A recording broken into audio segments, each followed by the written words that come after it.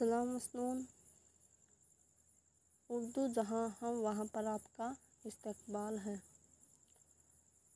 آج ہم گفتگو کریں گے UGC نیٹ JRF اردو کے سلیبس میں شامل اکائی 1 سے۔ دیکھیے، علاؤالدین خلجی کے حملے نے دکن کی زبان اور تہذیب و تمدن کو بہت متاثر کیا۔ تمدن کے معنی ہوتے ہیں سنسکرتی کے۔ مرکز سے دور ہونے کی وجہ سے علاؤالدین خلجی نے یہاں ترک سرداروں کو حکمران بنا دیا۔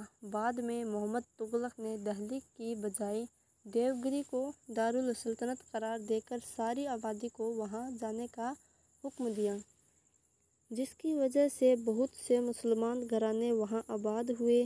محمد تغلق کی سلطنت کمزور ہوئی تو دکن میں آزاد بہمنی سلطنت قائم ہوئی اور دکن شمالی ہندوستان سے کٹ کر رہ گیا۔ بعد میں جب بہمنی سلطنت کمزور ہوئی تو کئی آزاد ریاستیں وجود میں آ گئیں۔ بہمنی سلطنت ٹوٹ کر 5 خود مختار ریاستوں میں بٹ گئی، جس میں مین 2 ہیں، ایک بیجاپور، دوسری گولکنڈہ۔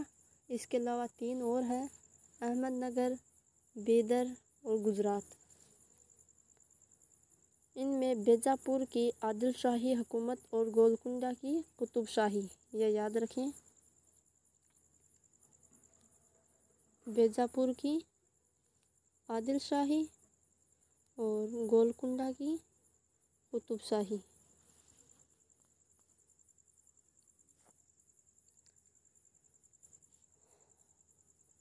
ان خود مختار ریاستوں نے اردو زبان و ادب کے ارتقاء میں اہم کردار ادا کیا۔ بہت سے اصحاب علم و فضل اور شعراء و ادباء دکن پہنچے۔ بیجاپور کی عادل شاہی حکومت۔ عادل شاہی حکومت کی بنیاد 1895 ہجری میں پڑی۔ یہاں کا پہلا حکمران یوسف عادل شاہ تھا۔ عادل شاہی حکومت کا پہلا حکمران کون تھا؟ یوسف عادل شاہ۔ بہمنی ریاست کے زوال کے بعد یوسف شاہ نے اپنی آزاد حکومت قائم کی۔ یہ حکومت 200 سال تک قائم رہی اور 9 بادشاہ یکے بعد دیگرے حکومت کرتے رہے۔ ابتدائی صدی میں دکنی زبان کی ترقی کے لیے کچھ خاص کام نہیں ہوا اور ایرانی اثرات، شیعہ مذہب اور فارسی زبان دکنی زبان کی ترقی میں بڑی رکاوٹ بنے۔ لیکن اس کے برعکس دور عادل شاہی کی شاہی سرپرستی دوسری صدی میں اردو و ادب کی ترقی میں خاص اہمیت رکھتی ہے۔ ابراہیم عادل شاہ ثانی اور ان کے جانشین محمد عادل شاہ نے اس سلسلے میں دکنی زبان کی جانب خصوصی توجہ دی۔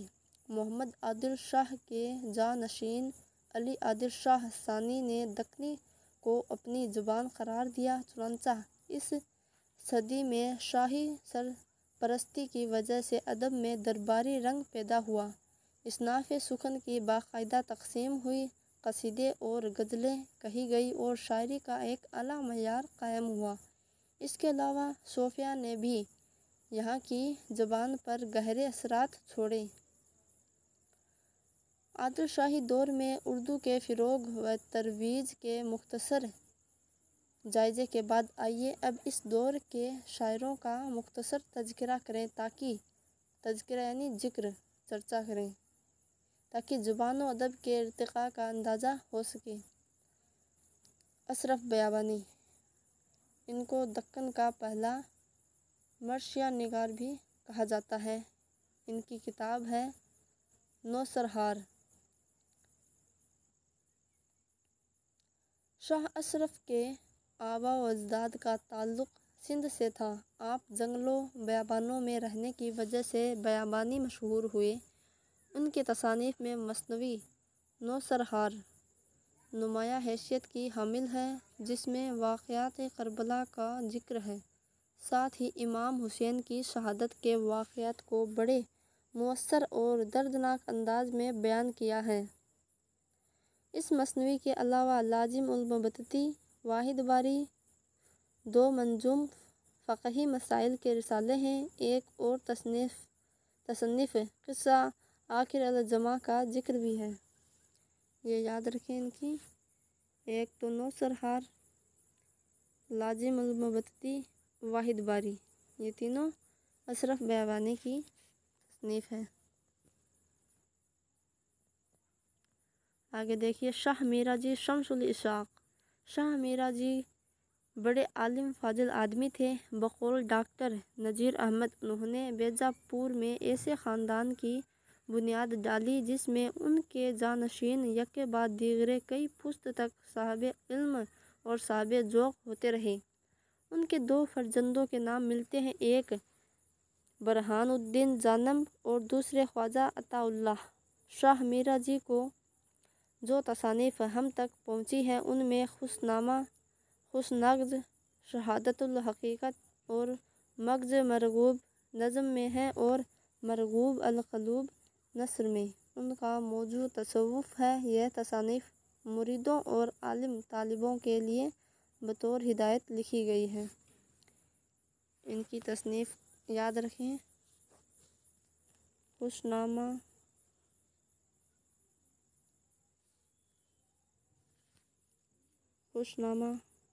خوشنغز، شہادت الحقیقت، اور یہ تینوں نظم میں ہے، اور نثر میں ان کی زیادہ تر جو پوچھی جاتی ہے مرغوب القلوب۔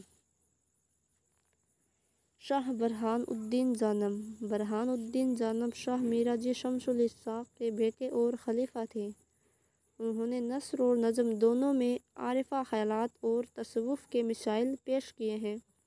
چنانچہ یہ رسالے ادبی نقطہ نظر سے زیادہ لسانی اعتبار سے اہمیت رکھتے ہیں اور ان سے اردو زبان کے ارتقاء کو سمجھنے میں مدد ملتی ہے۔ ارشاد نامہ ان کی خاصی طویل نظم ہے۔ ارشاد نامہ یہ شاہ برہان الدین جانم کی نظم کا نام ہے، یاد رکھیں۔ ان کی خاصی طویل نظم ہے جس میں تصوف کے اہم مسائل طالب اور مرشد کے مابین سوال و جواب کی شکل میں بیان کیا گیا ہے۔ اس کے علاوہ حجۃ البقاء، وصیۃ الہادی، سق سہیلا اور کئی دوہے اور خیال بھی ان سے منسوب ہیں۔ حجۃ البقاء، وصیۃ الہادی اور یہ نام سق سہیلا ہے۔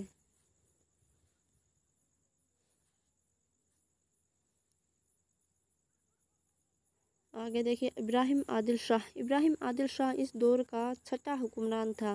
اس فنون لطیفہ سے بڑی دلچسپی تھی، چنانچہ اس کے عہد میں بیجاپور علم و ادب کا مرکز بن گیا۔ بادشاہ کو شعر و سخن سے گہرا لگاؤ تھا، وہ خود بھی شعر موزوں کہا کرتا تھا، تاریخ سے بھی دلچسپی تھی اور خوش نویسی میں بھی طاق تھے۔ ابراہیم کو موسیقی سے گہرا شغف تھا جس کا واضح ثبوت اس کی کتاب نورس، یہ یاد رکھیں نورس کس کی کتاب ہے؟ ابراہیم عادل شاہ۔ نوسرہار وہ اشرف بیابانی کی تھی اور نورس یہ ابراہیم عادل شاہ، تو کنفیوز نہیں ہونا ہے۔ نورس یہ ابراہیم عادل شاہ کی اور نوسرہار وہ اشرف بیابانی کی، جس میں ابراہیم نے مختلف راگنوں کے تحت اپنے نظم کیے ہوئے گیت پیش کیے ہیں۔ عبدل ابراہیم عادل شاہ کے دور کا مشہور شاعر تھا۔ یہ پوچھا جاتا ہے عبدل کس کے دربار کا شاعر تھا، تو ابراہیم عادل شاہ کے دربار کا عبدل۔ ان کے حالات زندگی نہیں ملتے، بعض لوگوں کا خیال ہے کہ اس کا نام عبد القادر یا عبد المغنی تھا۔ عبدل کی صرف ایک مثنوی ابراہیم نامہ انہی کے اوپر لکھی ہے، اپنے بادشاہ کے اوپر، ابراہیم عادل شاہ کے اوپر ابراہیم نامہ۔ ابراہیم نامہ کے 700 سے زیادہ شعر ہیں۔ اس مثنوی میں عادل شاہ کی زندگی کے حالات قلم بند ہیں، اگرچہ یہ ابراہیم عادل شاہ کی مکمل سوانح عمری نہیں مگر اس میں اس کی زندگی کے اہم واقعات آ گئے ہیں۔ عبدل کی اس مثنوی میں اس عہد کی جیتی جاگتی تصویریں ملتی ہیں۔ اس مصنوعی کے ذریعے اس دور کے رسم و رواج، آداب دربار و محفل، عمارات و زیورات، سیر و شکار وغیرہ موضوعات پر قابل قدر معلومات پیش کی گئی ہیں۔ صنعتی بیجاپوری۔ صنعتی کا نام محمد ابراہیم تھا۔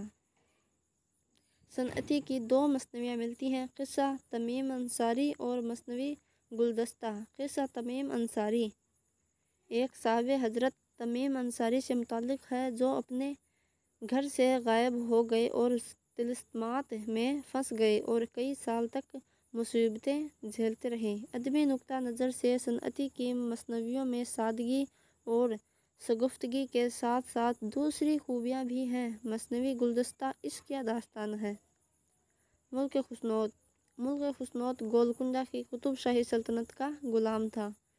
یہ اب تک جو پڑھ رہے تھے وہ بیجاپور سے متعلق شعرا تھے، اور اب آگے ہیں گولکنڈہ یعنی قطب شاہی کے متعلق۔ ملک خسنود گولکنڈہ کی قطب شاہی سلطنت کا غلام تھا۔ جب سلطان کی پھوپھی ختیجہ سلطان کی شادی محمد عادل شاہ سے ہوئی تو ملک خسنود بھی ختیجہ سلطان کے سامان کی حفاظت کے لیے روانہ کیا گیا۔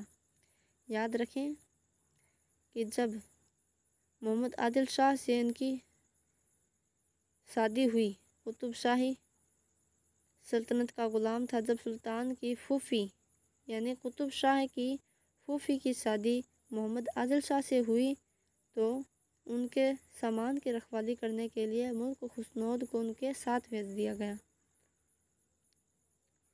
راستے میں اس نے اس عمدگی سے کام کیا کہ ختیجہ سلطان نے اسے ایک اعلیٰ عہدے پر مامور کیا۔ ملک خسنود نے متعدد غزلیں اور قصیدے لکھے ہیں اور امیر خسرو کی فارسی مصنویوں کا اردو ترجمہ بھی کیا، جن میں یوسف زلیخا، بازار حسن اور ہست بہست شامل ہیں۔ یہ یاد رکھیں، یوسف زلیخا اکثر پوچھا جاتا ہے کس کی ہے، تو ملک خسنود کی۔ بازار حسن پریم چند کا ناول کا نام بھی ہے، اور ہست بہست کمال خاں رستمی قادر الکلام شاعر تھے۔ اس نے غزلوں اور قصیدوں کے علاوہ ایک ضخیم مصنوی خاور نامہ، یاد رکھیں یہ خاور نامہ کب لکھی گئی؟ 1649 میں۔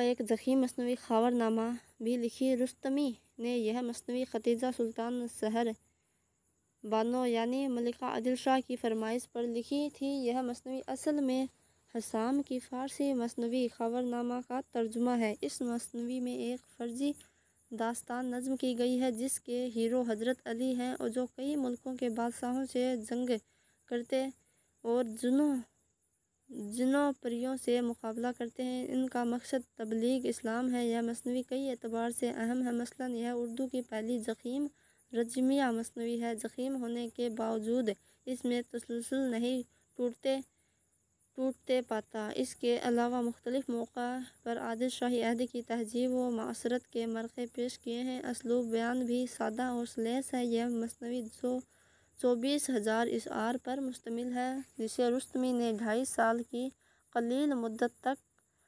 قلیل مدت میں مکمل کیا۔ دکنی ادب کا پہلا رزم نامہ اسی مصنوی کو کہا جاتا ہے۔ رستمی کی ان کا پورا نام ہے کمال خان رستمی۔ یاد رکھیں پورا نام کیا ہے؟ کمال خان رستمی۔ ان کی مصنوی ہے خاور نامہ۔ آگے دیکھیں حسن شوقی۔ شیخ حسن نام اور شوقی تخلص تھا۔ ان کے حالات زندگی کے متعلق ہم لا علم ہیں، یعنی ان کے حالات زندگی کے بارے میں پتہ نہیں ہے۔ شوقی کی 2 مصنویاں ملتی ہیں، فتح نامہ نظام شاہ اور میزبانی نامہ۔ یاد رکھیں فتح نامہ نظام شاہ اور میزبانی نامہ۔ فتح نامہ نظام شاہ میں جنگ تالیک کوٹہ کا حال بیان کیا ہے۔ یاد رکھیں فتح نامہ نظام شاہ میں جنگتالی کوٹ کا حال بیان کیا ہے، جس میں قطب شاہی، عادل شاہی اور نظام شاہی حکومتوں نے مل کر بیجا نگر کے راجا سے مقابلہ کیا اور اس کا خاتمہ کر کے علاقہ آپس میں تقسیم کر لیا۔ مثنوی میں اس دور کے تمدن ہندوؤں مسلمانوں کے آپس میں تعلقات سبھی چیزیں واضح ہو جاتی ہیں۔ دوسری مثنوی میزبانی نامہ میں شوقی نے سلطان کی شہر گشت اور وزیر اعظم مصطفیٰ خاں کی بیٹی کی شادی اور اس کی مہمان نوازی کا تفصیل سے ذکر کیا ہے۔ اس کے علاوہ شوقی غزل گو بھی تھے۔ اب آگے عادل شاہی ثانی اور بھی کئی شعرا باقی ہیں، انشاءاللہ یہ باقی کا اگلی ویڈیو میں اپلوڈ کروں گی۔ آج کے لیے اتنا ہی، اللہ حافظ، شب بخیر۔